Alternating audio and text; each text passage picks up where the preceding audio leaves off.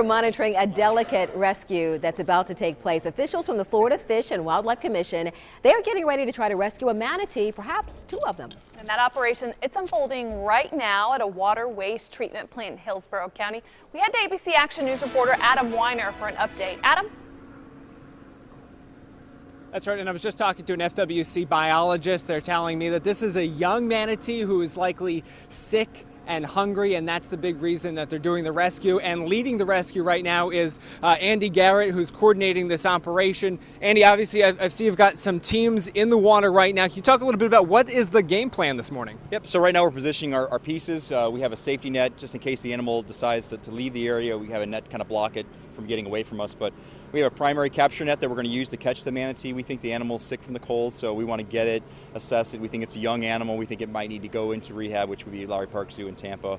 And then, unfortunately, we can't bring the manatee up this bank because it's so steep, so we have another team positioning our transport truck on the shoreline away from us. You make that all sound easy, but I would imagine removing a manatee from the water in general, how do you do something like that? Walk me, you put it on a stretcher, you were telling me. We do. We use trained people. We use nets. And there's some risk to the animal and people because you're pulling a wild animal out of the water into our environment. We're expecting a couple 100 pounds of thrashing animal, but it's something we've dealt with before, and we'll stabilize it. We have a stretcher, a sling that we'll put the manatee in and take it over to the shoreline. So.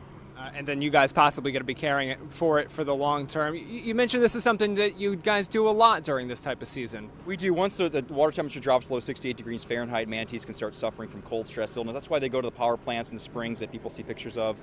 Sometimes animals linger at other sites. This is a little warm water outflow from the wastewater treatment plant, which for one day is okay, but this manatee's been seen here for over a week, and we're starting to see some signs of illness. Well, if anybody seems prepared to do this, you guys have the team out here. Actually, I think we're seeing one of the manatees right now.